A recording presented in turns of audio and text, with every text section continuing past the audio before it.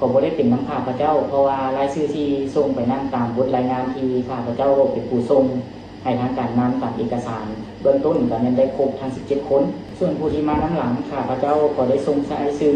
รายงานเพิ่นตามหลังอยู่แล้วแต่เพิ่นเฮ็ดบ่ทันแต่เพิ่นก็มีการเก็บกำข้อมูลผู้ที่ตกหล่นและเฮ็ดนำคืนบ่เฉพาะแต่ทีมไทยด่วนตอนนี้หัวหน้าสมาคมกู้ภัยลาวที่ตกเป็นข่าวกับกู้ภัยไทยตอนที่เกิดเหตุการณ์คนติดถ้ำอยู่ที่เมืองล่องแจ้งออกมาตั้งโต๊ะชี้แจงแถลงข่าวเรียบร้อยแล้วปรากฏว่าเพิ่นปฏิเสธทุกข้อกล่าวหารายละเอียดคลิปนี้จะพาทุกคนไปฟังแบบละเอียดยิบสวัสดี FC แฟนคลับทุกทานมาพบมาพ่อกันคลิปนี้ทานผู้ชมหลายคนก็ยังมึนงงและตั้งตาคองคอยว่าหัวหน้าสมาคมกู้ภัยลาวแห่งหนึ่งที่ถูกเขาเจ้ากล่าวหานั่นที่ถูกเขาเจ้าเอารูปภาพเอาวิดีโอกับพฤติกรรมที่เพิ่นเคยปฏิบัติอยู่หน้าถ้ำนั่นออกก็ถึกคึกโค้งแล้วก็เห็นเพิ่นมิดเงียบไปเลยบางคนก็บอกว่าเพิ่นไปบงเพิ่นไปบวชแต่ความจริงแล้วมาเบิ่งคลิปวิดีโอที่เพิ่นแถลงข่าวบ่เห็นเพิ่นไปบงไปบวชแต่อย่างใดเพิ่นออกมาแถลงข่าวว่าแนวใดจะถูกอกถูกใจหรือบ่เพิ่นยอมรับหรือปฏิเสธข้อกล่าวหาที่ทางทีมงานกู้ภัยประเทศไทยเป็นผู้เว้าหรือบ่ให้ทุกคนไปฟังจากปากเพิ่นเลยท่านผู้ชมไปชมพร้อมๆกันเลยสวัสดีทุกท่านข้าพเจ้าบุญคำหลวงนาถประธานสมาคมอาสาเพื่อประชาชนลาวก่อนอื่นหมดขอแสดงความมุ่งอุ่นคุณแม่ทุกท่านและขอโทษต่อครอบครัวพ่อแม่และสังคมผู้ที่ให้การสนับสนุนหน่วยงานเราตลอดมาซึ่งในมื้อนี้จะออกมาแถลงการความเป็นจริงและเปิดรายรับรายจ่ายให้สังคมรับรู้ในการรับบริจาคของสมาคมโดยที่หญิงใส่สเตทเมนต์เป็นรัฐด้วยความโปร่งใสปัญหาทำอิฐเกี่ยวกับภารกิจเจ็ดชีวิตในถ้ำลองแจ้งภายหลังสมาคมได้รับเอกสารเสนอจากทางเมืองลองแจ้งทางสมาคมก็บ่ได้มีน้ำใจให้มีการค้นคว้าปรึกษาหารือหาอุปกรณ์ที่ต้องไปช่วยโดยมีการร่วมมือภายในสมาคมกับสมาคมและมูลนิธิภายในลาวภายหลังค้นคว้าจึงพบว่าเขายังต้องการก้อนกำลังมีซาสปอร์ตคือทีมค้นหาในถ้ำซึ่งพวกเขายังบ่มีเลยได้โทรไปขอทิศที่น้ำจากห้องว่าการเมืองสมาคมจะเชิญทีมกู้ภัยจากประเทศเพื่อนบ้านเข้ามาสมาคมจึงได้ยื่นหนังสือเชิญหาทีมกู้ภัยห่วงอุดมการณ์จากประเทศเพื่อนบ้านก็คือประเทศไทยตามเอกสารเชิญและเอกสารต่อมา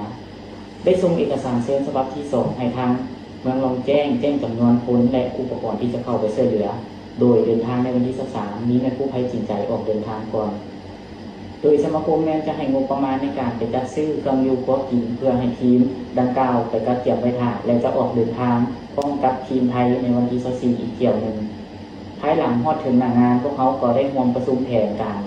กับฟังทิศซีน้ำจากคันทึงและปฏิบัติตามคันทึงมอบหมายส่วนหน้าเวียกของข้าพเจ้ากับอาสานั่นของเป็นซอยเวียกต่างๆที่เพิ่นมอบให้ในแต่ละมื้อซึ่งบ่ได้อยู่ในหน่วยค้นหาภายในถ้ำเพราะพวกเขาบ่ได้มีประสบการณ์ด้านนี้ซึ่งทีมอาสาเขาก็ได้ช่วยหลายเวียกเพราะว่าจะเป็นการเดินป่าหาปองเขาถ้ำโดยมีอาสาคิวอาสาถ้วยช่วยสนับสนุนทีมโลกจนมาฮอดวันที่2เดือน6ก็ได้ขอก้อนกำลังสนับสนุนจากหน่วยกู้ภัยจริงใจซึ่งเป็นหน่วยกู้ภัยหนึ่งที่มาช่วยเวียกตื่นภายหลังสำเร็จภารกิจแล้วก็ได้เกิดมีหางเสียงของสังคมดังที่เป็นกระแสว่ากู้ภัยเฮานี้มีการกีดกั้นบ่ให้คนเข้าในพื้นที่ต่างๆข้าพเจ้าขอตอบเลยว่าข้อมูลนี้บ่มีความเป็นจริงเนาะการกีดกั้นหรือการห้ามกู้ภัยต่างๆบ่ให้เข้ามาข้าพเจ้าแม่นบ่ได้มีสิทธิ์และอำนาจในการสั่งห้ามอยู่แล้วเพราะการเฮ็ดเวียกแต่ละอย่างของพวกเฮาแม่นต้องได้ขอทิศชี้น้ำจากการถึงก่อนปฏิบัติงานอยู่แล้วเพื่อความปลอดภัยส่วนเรื่องที่มีการแจ้งจับทีมกู้ภัยนั่นก่อนสิปิดภารกิจนี่ตัวนี้ก็บ่มีมูลความจริงและบ่ได้มีเหตุการณ์ดังกล่าวเกิดขึ้นถ้าหากว่ามีเหตุการณ์ดังกล่าวแท้เนาะมีการหาเรื่องตีกันนั่นข้าพเจ้าคงสิบ่ได้มานั่งเว้าแบบนี้เพราะก้อนกำลังป้องกันความสงบก็คงบ่ปล่อยไว้ถ้าหากมีการก่อเหตุความบ่สงบในพื้นที่ส่วนเรื่องว่า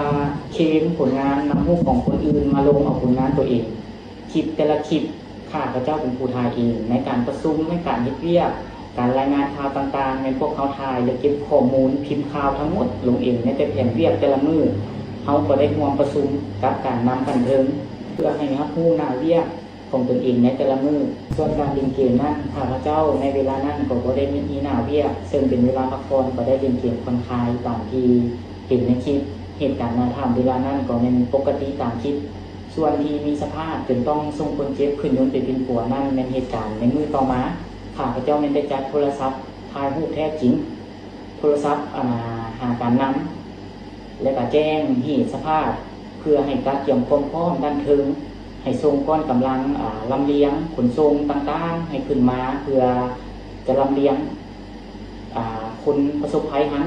ไปส่งหมอตัวนี้เฮามีหลักฐานในการประสานงานซึ่งเป็นหน้าที่ของข้าพเจ้าที่ต้องประสานงานและส่งรายงานลงกลุ่มเวียกส่วนเรื่องการย่องย่อนั้นข้าพเจ้าบ่ได้รับรู้ว่าขั้นเพิ่นจะมีการย่องย่อขั้นใดแน่เพราะเพิ่นก็อิงตามผลงานซึ่งเฮาเฮ็ดหน้าเวียกอาจจะเฮ็ดหน้าเวียกคนละหน้าเวียกกันจึงเกิดเหตุการณ์ว่าข้าพเจ้าบ่เฮ็ดแต่กลับได้ผลงานส่วนที่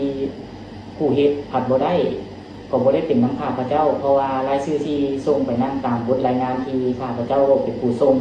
ให้ทางการนำตามเอกสารเบื้องต้นก็ยังได้ครบทั้ง17คนส่วนผู้ที่มาน้ำหลังข้าพเจ้าก็ได้ส่งรายชื่อรายงานเพิ่นตามหลังอยู่แล้วแต่เพิ่นเฮ็ดบ่ทันแต่เพิ่นก็มีการเก็บกำข้อมูลผู้ที่ตกหล่นและเฮ็ดนำคืนบ่เฉพาะแต่ทีมไทยเฉพาะทีมเฮาเองก็ยังมีการตกหล่นเช่นกัน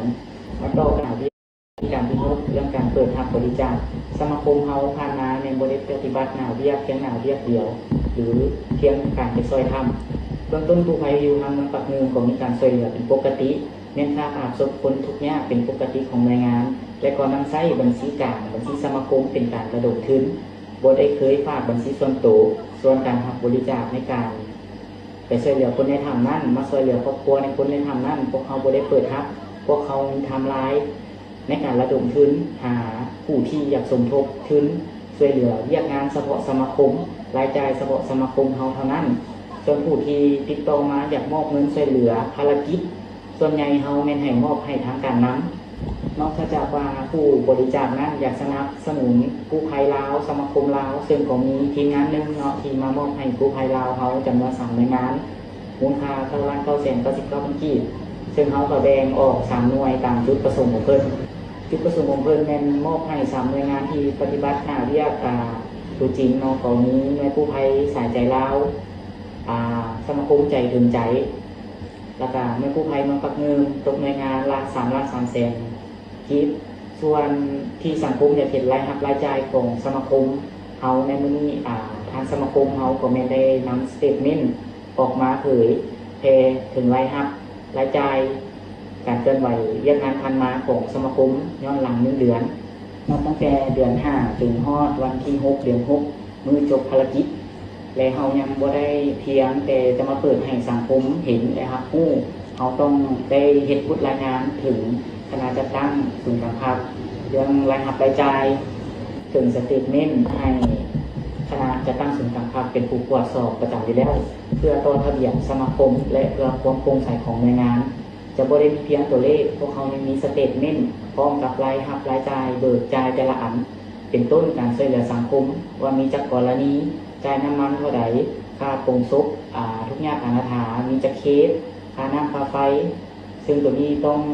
รายงานละเอียดให้ทางคณะจัดตั้งศูนย์การค้าให้สังคมมั่นใจได้ว่าเงินที่ทางบริจาคมานั้นได้มาช่วยสังคมและพัฒนาองค์กรอย่างแท้จริงการระดมทุนช่วยเหลือคนทุกข์ยากบางครั้งรายจ่ายก็อาจจะบ่ครบข้าพเจ้าเองจะต้องได้จกตื่นใจต้องเข้าใจว่าสมาคมเฮามีรายรับนำ QR code เท่านั้นบ่ได้มีห้างบริษัทใดอยู่เบื้องหลังบ่ได้มีกองบริจาคตามห้างหรือมินิมาร์ทต่างๆเลยอาศัยสังคมเห็นผลงานเห็นข่าวเป็นหลักข้าพเจ้าเองเฮ็ดมาหลายปีก็ยังบ่ทันได้มีเงินเดือนกินเช่นกันแต่หวังว่าภายภาคหน้าอนาคตข้าพเจ้าอยากสร้างให้ทุกคนอาสาทุกคนมีเบี้ยอุดหนุนมีสวัสดิการให้ทุกคนที่มาเฮ็ดเบี้ยช่วยเหลือสังคมเช่นกันแต่ก็ต้องหวังเพิ่มสังคมบริษัทห้างอุปการะตลอดเวลาที่ข้าพเจ้าบริหารก็หวังเพื่อจะสร้างองค์กรพัฒนาองค์กรด้วยวาระของข้าพเจ้าบ่ฮู้ว่าจะตายมื้อใดถ้าเฮาสร้างสรรค์พัฒนาไปได้ดี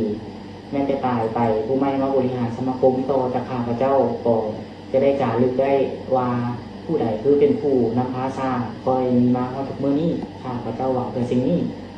ปัญหาเกี่ยวกับการไปดินไปปาร์ตี้ตัวนี้ข้าพเจ้ายอมรับว่าเคยไปดินแบบนั้นซึ่งก็เป็นอดีตผ่านมาได้เป็นปีแล้ว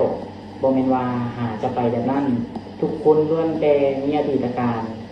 เดินทางของทุกคนล้วนแต่อาจจะมีการผิดพลาด